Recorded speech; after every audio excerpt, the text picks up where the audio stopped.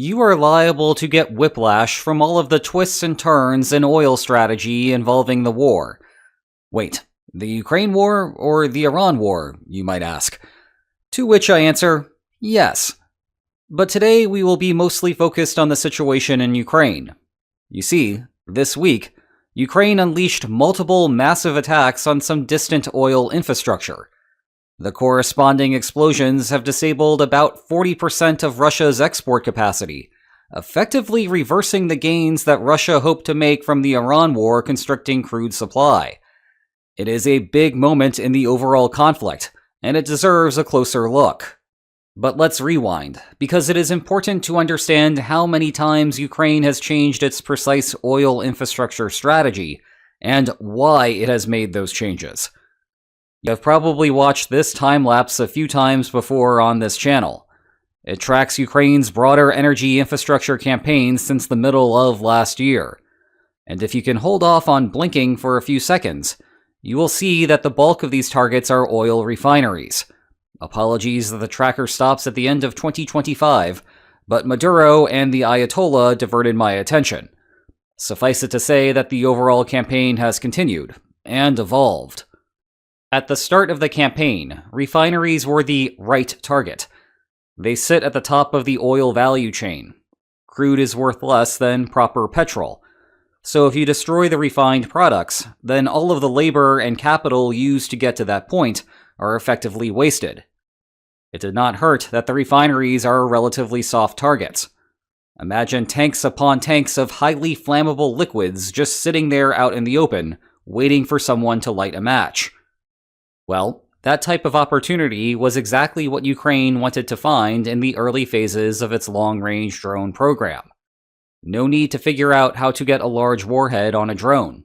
Just bring a light explosion, and Russia's own stuff will do the rest. The strategy eventually shifted after the CIA discovered a particular part of the refineries that Russia would struggle to repair. Ukraine could aim for it rather than the fuel tanks to multiply the effect of each strike. All the while, the United States was helping to plan the path that the drones would take to their target sites. US intelligence could also much better see how Russia was aligning its defenses on any given night, and so Ukraine could learn how to avoid them.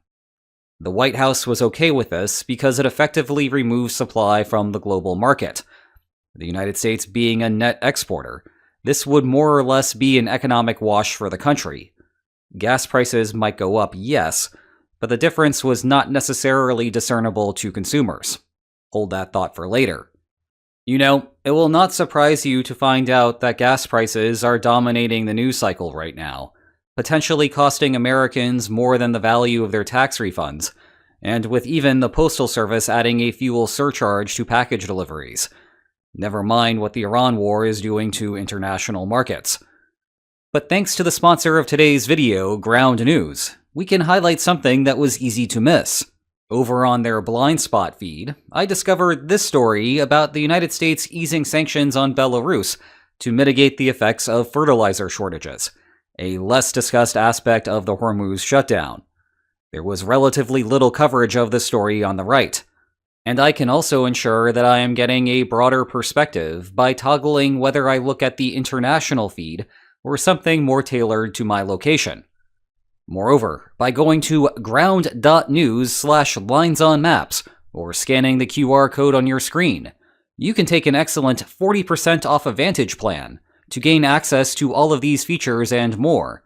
So thanks again to Ground News for sponsoring today's video. That takes us to the second phase of Ukraine's strategy.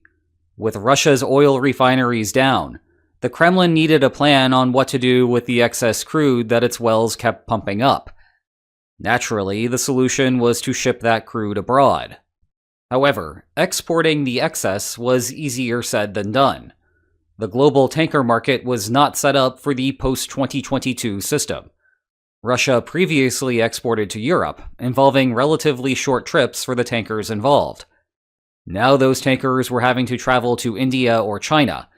And if we look at a map, those countries are indeed further away. They then somehow became yet further away, at least for the tankers that did not want to brave the Houthis along the Bab el-Mandab Strait and instead sail around Africa. Oh, and to make matters worse, some of the supply coming from the Middle East that was previously going to China was now having to head to Europe. And yeah, that also got worse following the Houthi thing. To keep all of this supply running at the same shipping rates as before, you would need to suddenly have more tankers appear. But that is not a magic trick that the world has available to it. Sure, you might be able to convince a marginal tanker to hold off on getting repairs for just one more trip, but you are not going to truly resolve the supply problem. Thus, if Ukraine could disable a Shadow Fleet tanker, it would not only strand the specific oil on the tanker at the time, it would also effectively strand all of the oil sitting at the port waiting for it, trip after trip. Another Shadow Fleet tanker was not about to take its place. Even better, if you did not want to upset your coalition partners with oil spills every 2 weeks, you could destroy empty tankers. The oil gets stranded at the port one way or another. The only challenge was to hit moving targets that tend to be naturally well shielded at often far-flung distances. It would have been helpful here if, say, Europe had simply enforced sanctions and safety regulations on Shadow Fleet tankers. We know in retrospect that Russia has not done anything significant in response to such measures. It therefore makes sense for Ukraine to specialize in the relatively escalatory action of bombing the Russian homeland, while Europe specializes in the very European thing known as enforcing international law. In any case, I would describe this second phase as a modest success for Ukraine, but it did not bring about the same results as the refinery campaign that continued on during this time. That takes us to the tail end of 2025, when American adventurism began altering the security environment. The United States began to impose a de facto quarantine on Venezuela. No more oil leaving the country. For once, there was a supply shock increasing tanker availability. Most captains did not want to go near the Venezuelan coast because the United States was very much enforcing the policy. Fans of a certain Mexican food were perplexed, but it was what it was. Targeting tankers was still valuable in the aftermath, just not as valuable. The bottleneck was no longer there. The tanker itself might be valuable, and it would send a message to other captains, but it would not keep the Kremlin from finding another tanker to fill its place. However, the Caribbean quarantine was just the warm-up. Fast forwarding into the new year, and right past the Special Maduro operation, the United States launched an air war against Iran on February 28th. Shortly thereafter, Iran de facto closed the Strait of Hormuz. Everyone has focused on the soaring gas prices as a consequence of the closure, but there is something more subtle happening on the logistical side of things.